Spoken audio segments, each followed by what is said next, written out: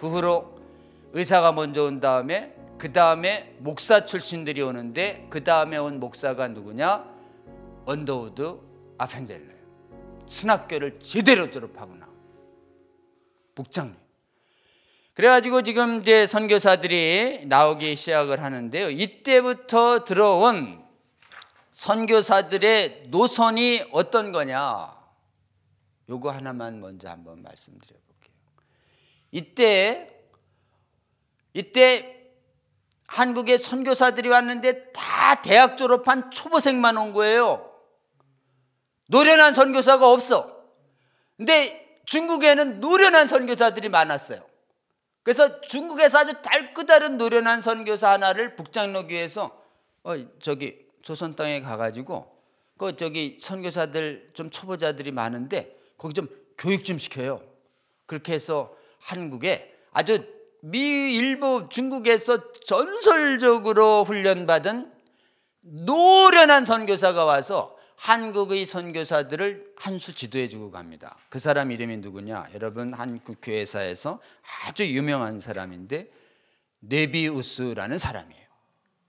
네비우스라는 사람이 와서 1890년에 선교사들 다 모여. 네. 그 이제 40년 거의 격차가 있어.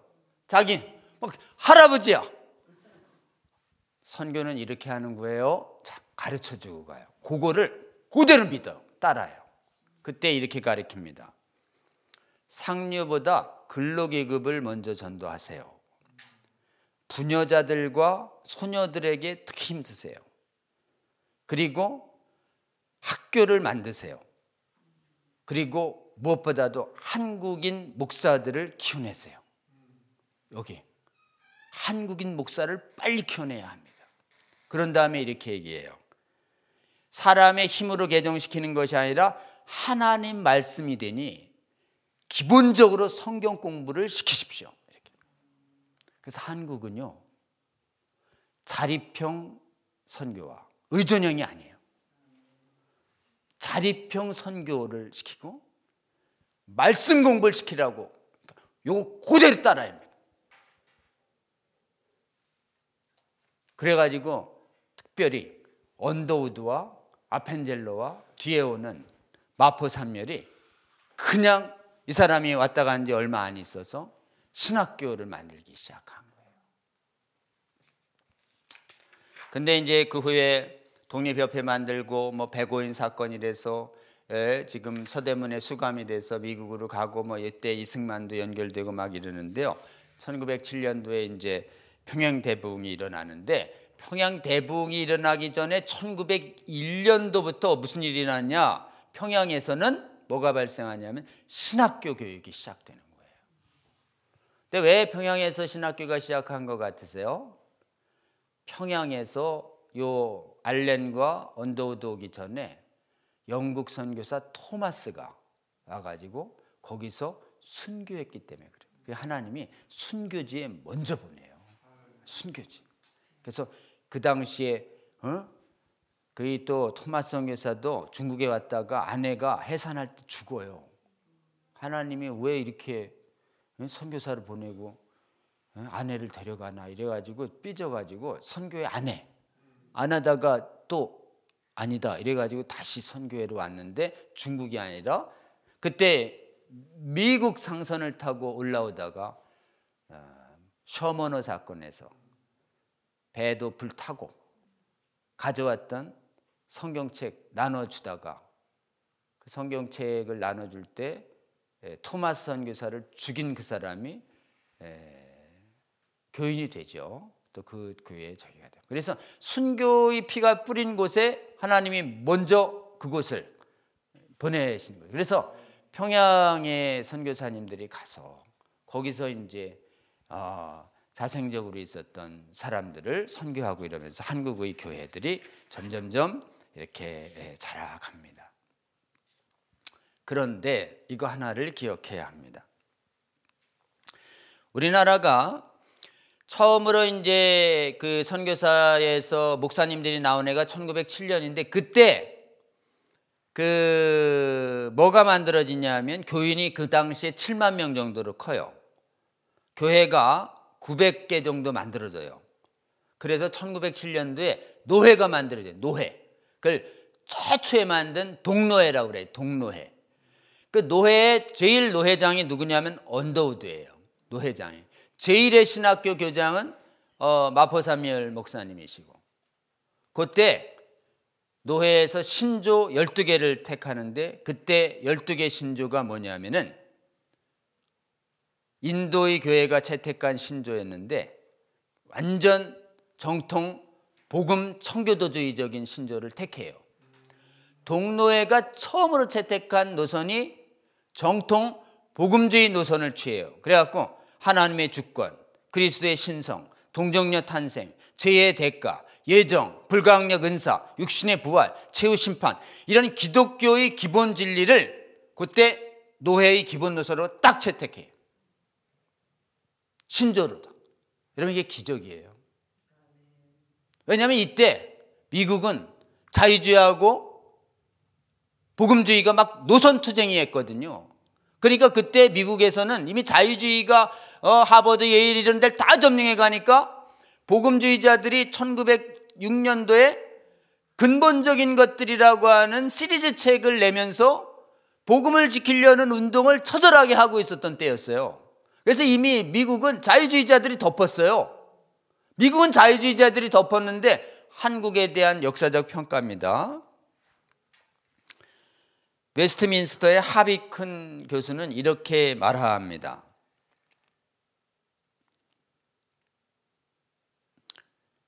한국은 미국 장로교의 외국 선교부 총무 브라운 목사는 초대 선교사들은 한결같이 청교도적이었다. 안식일 철저히 지키고 춤, 흡연, 카드 다 제약으로 봤고 신학과 성경 비평에 있어서 강하게 보수적이었다. 뉴잉글랜드나 감리교 선교사를 제외하고는 그 신학이 매우 보수적이었다. 대부분 구 프린스턴과 맥코믹 신학교에서 교육받았다. 그래서 이렇게 얘기합니다.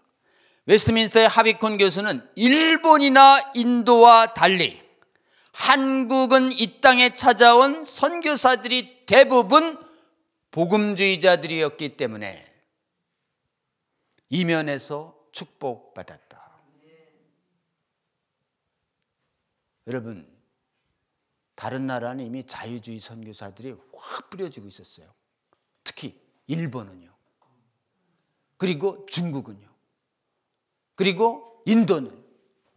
거긴 자유주의자들이 점령하고 있었는데 이상하게 한국은 전부 온 사람들이 청교도적인 복음주의자들이 다 왔다는 거예요. 그러니까 노회가 완전히 복음주의적인 신학 노선을 딱 취한 거예요. 1907년도에. 1차 전쟁 준비가 언제 이루어지냐? 1907년 동노회 신조에 나타납니다. 이 동노회 신조에 대해서 이렇게 평가하는 사람이 있어요. 지나치게 폐쇄적이다. 다양한 신학이 비집고 들어갈 자리를 마련해 놓지 않았다. 다른 신학사조가 오면 분파 가능성이 보이게 되었다. 정통 장로교회가 수용할 수 없는 신학도렛이 필연적으로 분쟁에 휘말릴 수 있는 아주 폐쇄적인 신조였다. 자, 이런 건 누가 하는 평가일까요? 이거 장신대에서 나온 교회사 평가입니다. 그러면 이 평가대로 다양한 신학을 수용할 수 있는 열어놨다면 어때요? 다른 나라처럼 다 썩는 거예요. 평가가 바뀌어야 됩니다. 이런 평가가 아니에요. 대부분 이런 평가예요. 근데 지금 이런 평가를 하고 있잖아요. 웨스트민스터의 하비콘 교수는 일본이나 인도와 달리 한국은 이 땅에 찾아온 선교사들이 대부분 복음주의자였기 때문에 이면에서 축복받았다. 수십 년간 미국 북장로교에서 한국에 파송된 선교사들은 세계에서 가장 보수주의자라는 말을 듣는다. 하나님 은혜입니다. 왜 한국만 이렇게 가장 보수주의자만 보냈을까요? 한국이라도 지키려 하려고. 그러니까 한국이 지켜진 게 하나님의 기적적인 은혜입니다, 여러분. 우리가 한국이 복음주의 진영 안에서 분열 없이 반대하고 있는 이 은혜를 입은 사명이 있잖아요. 왜요? 잘 지켜서 차별금법 완전히 막아내는 최초의 국가교회 되어서 다른 나라를 회복시키는 반전의 기지로 만들겠다라고 하는 하나님의 큰 섭리가 있다는 것이 감지되지 않으십니까? 언제 뿌려놓으셨어요? 1900년대요. 100년 전에 심어 놓으셨다고요. 그러니까 지금 우리는 전쟁의 준비가, 보세요. 이 긴박한 환경 속에서 왔던 이 초대 선교사들이 가장 정통 복음주의적인 사람들로 보냈다는 거예요, 하나님이. 이분들의 제자들이 그런 순수한 복음을 지켜내면서 준비가 쭉 형성되다가 바깥에서는 계속 오염되는 사람들이 오다가 1930년 1차 격돌이 팍 일어납니다.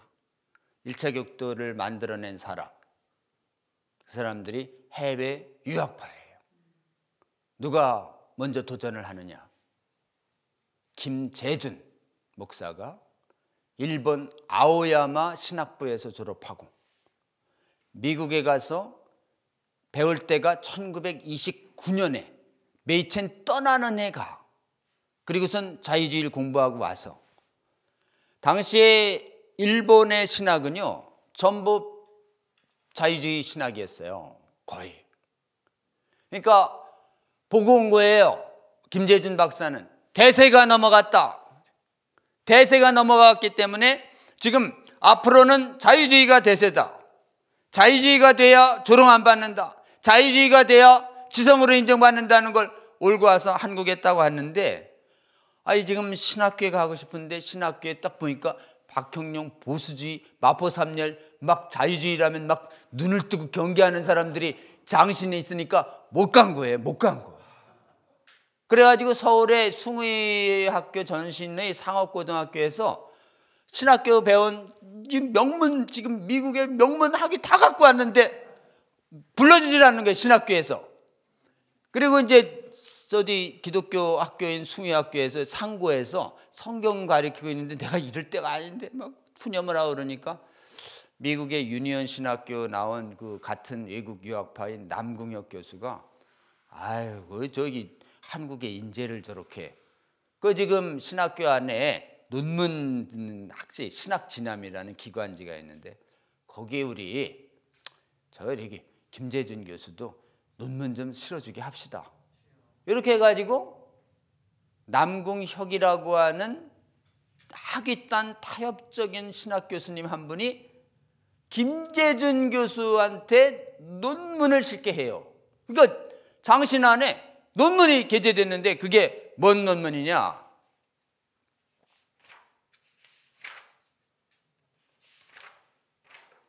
이사야서. 여러분 고등비평 중에 아주 자유주의가 그게 이사야서가 이사야가 쓴 것 같으세요?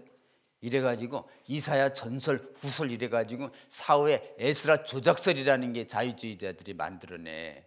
가장 큰 거가 어떻게 아무리 선지자여도 그래 100년 전 200년 전에 이사야가 고레스라고 이름을 딱 찍을 수가 있냐고, 그 말도 안 되냐고 이러면서 하나님의 능력을 부인하는 그런 자유주의 신학이 있었어요. 그때 지금 자유주의 신학 안에 김재준 박사가 뭐를 쓰느냐 하면은 이사야서에 관한 자유주의적인 그런 이 논문들을 신학진암에 딱 게재하니까 박형룡 박사가 이거는 성경의 무오교리를 인정하지 않는, 성경의 무오교리를 인정하는 고등비평에 열린 것이다. 그래서 이 사람을 게재하지 말게 건의를 해요, 총회에. 그래서 총회에서 그걸 받아들여서 이 자유주의적 신학을 게재를 못하게 해요.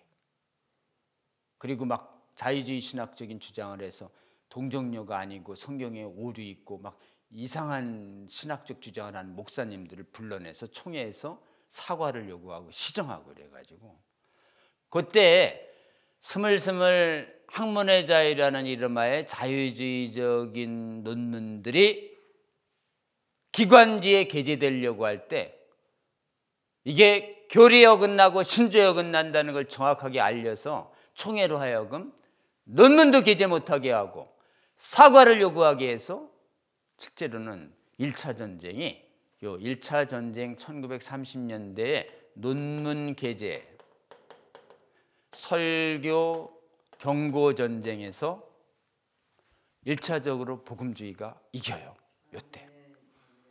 이때 이 전쟁을 주도한 분이 박형룡 박사님.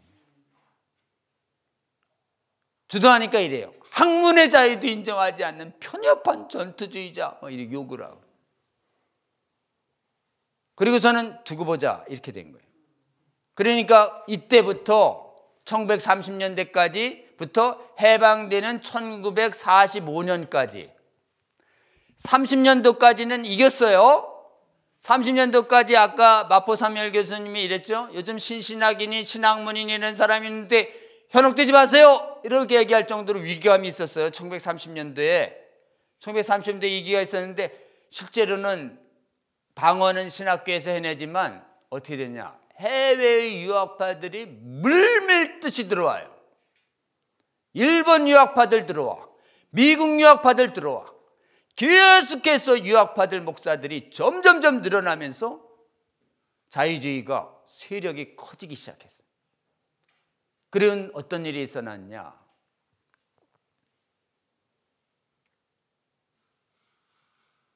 신사참배가 되면서 복음주의자들이 대거 탄압을 받고 투옥을 받고 망명을 하고 폐쇄를 당해요.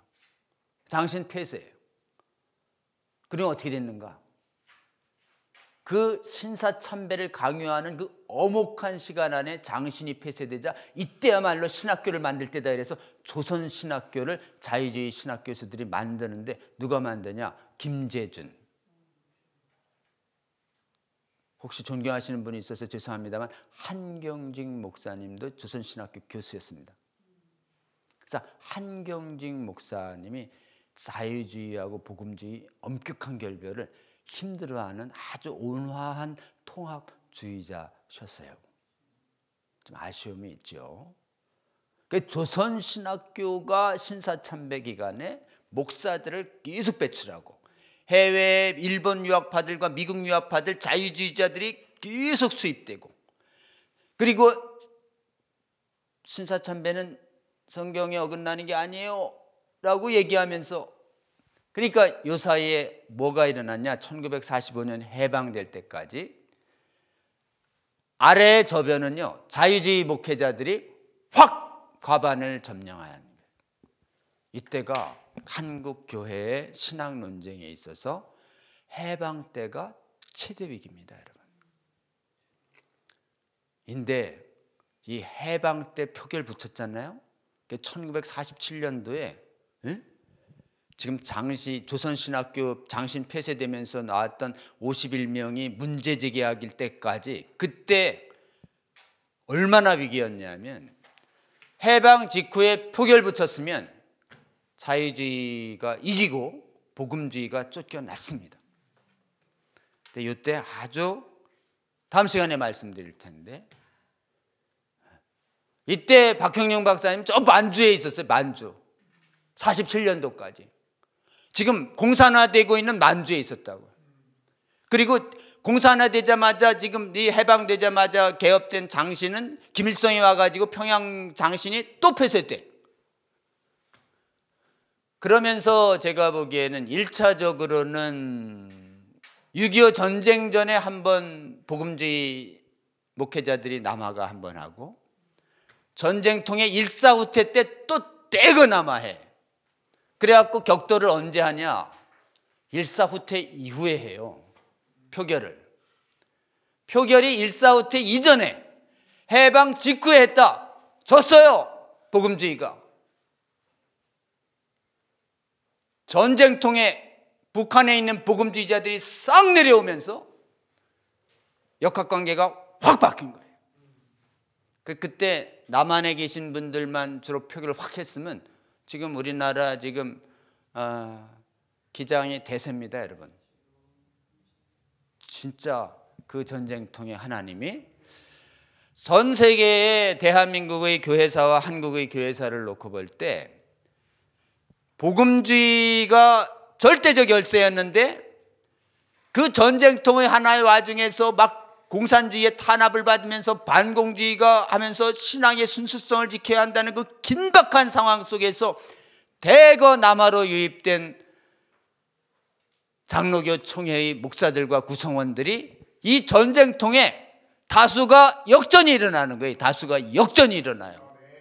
이게 일어날 때 주고받은 진성서의 내용과 김재준 박사의 아주 교묘한 미혹적인 거짓 답변과 그리고 박형룡 박사의 그 뚝심 있는 반박이 어떻게 이루어져서 53년도에 한국 예수기장로회가 김재준 목사를 파면하는지 드라마처럼 전개되는 이 생생한 전쟁을 한번 다음번 기대해 주시면 좋겠습니다.